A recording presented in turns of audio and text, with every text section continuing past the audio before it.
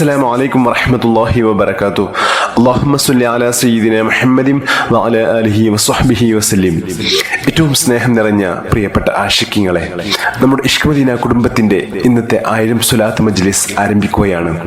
അല്ലാഹു നമ്മളിൽ നിന്ന് പരിപൂർണമായും സ്വീകരിച്ച് അനുഗ്രഹിക്കട്ടെ.